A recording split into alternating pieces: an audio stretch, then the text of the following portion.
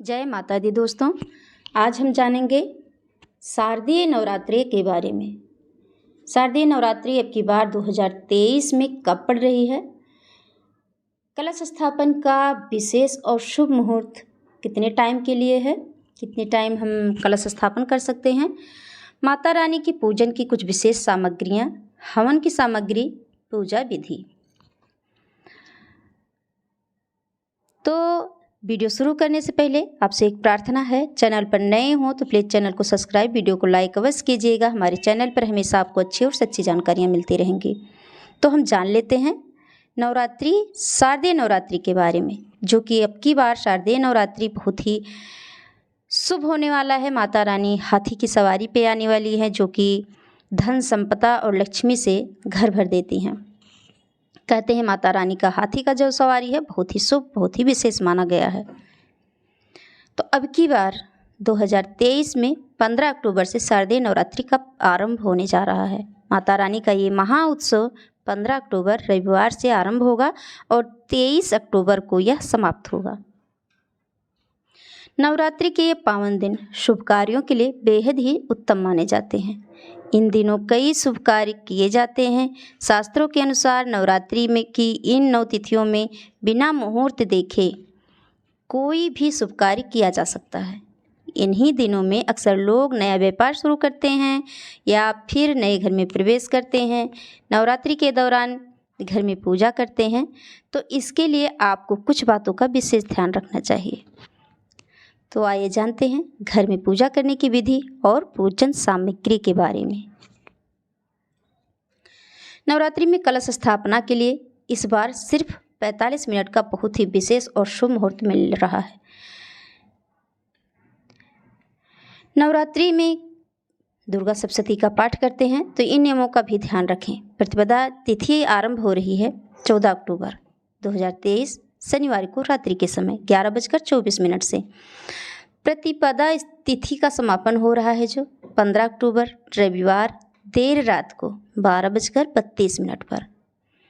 तो इस तरह प्रतिपदा जो तिथि मतलब जिसे परवा कहते हैं, वो रविवार के दिन पूरे दिन रहेगी। इसलिए नवरात्रि का प्रारंभ हमें रविवार के दिन 15 अक्टूबर से ही करना चाहिए। जो कि 9 दिनों का व्रत कर रहे हैं, वह अपना व्रत रविवार के दिन से शुरू करेंगे। उदया तिथि के अनुसार शारदीय नवरात्रि 15 अक्टूबर रविवार से ही आरंभ होगी। इस दिन कलश स्थापना भी की जाएगी, जो कि कलश स्थापना का शुभ मुहूर्त, विशेष मुहूर्त जो है वह हम जान लेते हैं।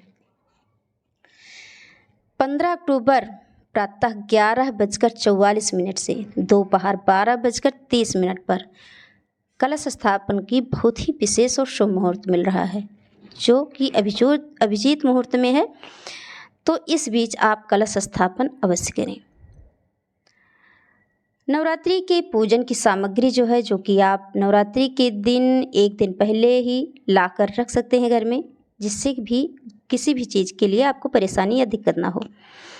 कलश स्थापना के लिए कलश, मौली, आम के पत्ते या पल्लव, रोली, गंगा जल, सिक्का, गेहूँ या अक्षत, ज्वार बोने के लिए सामग्री, मिट्टी का बर्तन, शुद्ध मिट्टी, गेहूँ या जौ, मिट्टी पर रखने के लिए एक साफ कपड़ा, साफ जल और कलावा। इतनी सामग्री आप कलश स्थापन के लिए आपको लाना होगा।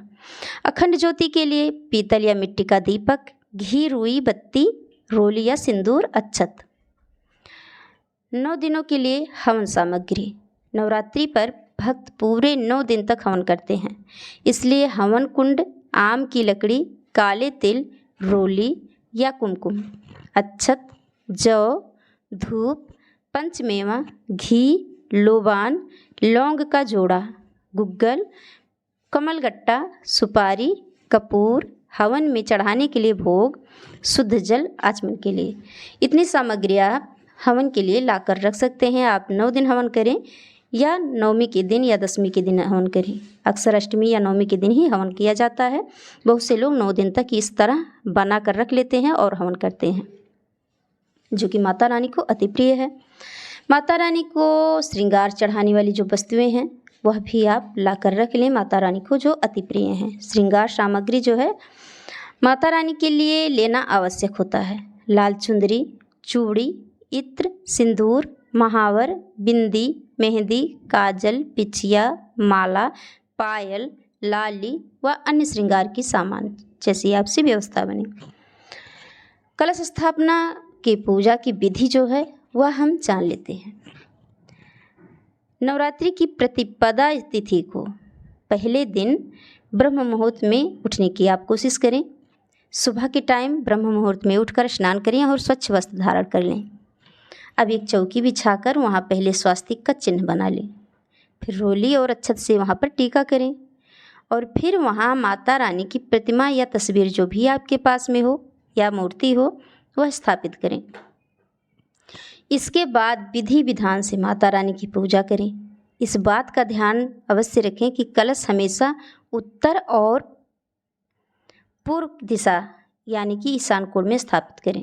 अपने हमेशा कलश जो है, कलश की स्थापना अगर आप कर रहे हैं तो पूरब की तरफ आप मुख करके बैठें, अपने बाएं हाथ की तरफ कलश रखें, माता रानी की दाहिने ओर, आपके बाएं ओर।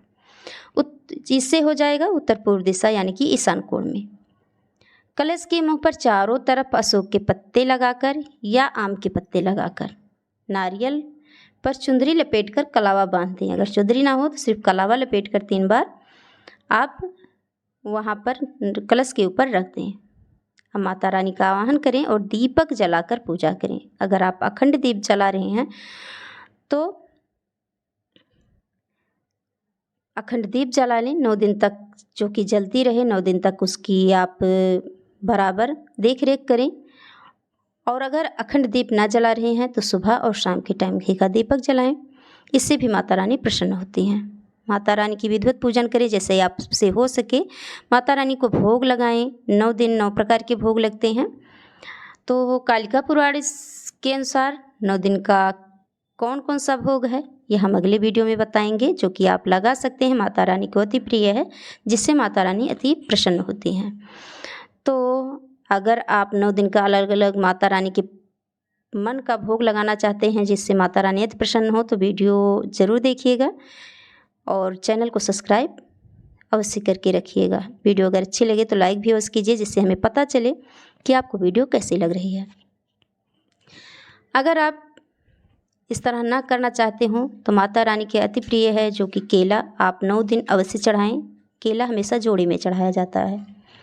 मिश्री ले लें और कुछ सूखे मेवे, उससे माता रानी का भोग लगाएं। इससे भी माता रानी अति प्रसन्न होती हैं। तो यह थी कुछ बहुत ही विशेष जानकारी नवरात्रि के बारे में, जिससे माता रानी अति प्रसन्न होती हैं। बहुत ही सरल विधि से आप इस तरह पूजन कर सकते हैं। बाद में पूजन के बाद माता रानी से क्षमा प्रार्थना अवश्य करें। इस तरह आप नवरात्रि का व्रत करें। व्रत के लिए संकल्प लेना आवश्यक है, जो कि आप कलश स्थापना के बाद संकल्प माता रानी के सामने लेकर हाथों में जल और पुष्प लेकर माता रानी के सामने छोड़ सकते हैं। इससे आप अगर व्रत कर रहे हैं तो ठीक है, अगर व्रत नहीं कर रहे हैं तो आप संकल्प ना लेकर इस तरह पूजन विधि भी कर सकते हैं रोज। तो ये थी बहुत ही विशेष जानकारी। फिर मिलेंगे अगले वीडियो में, तब तक के लिए जय माता दी।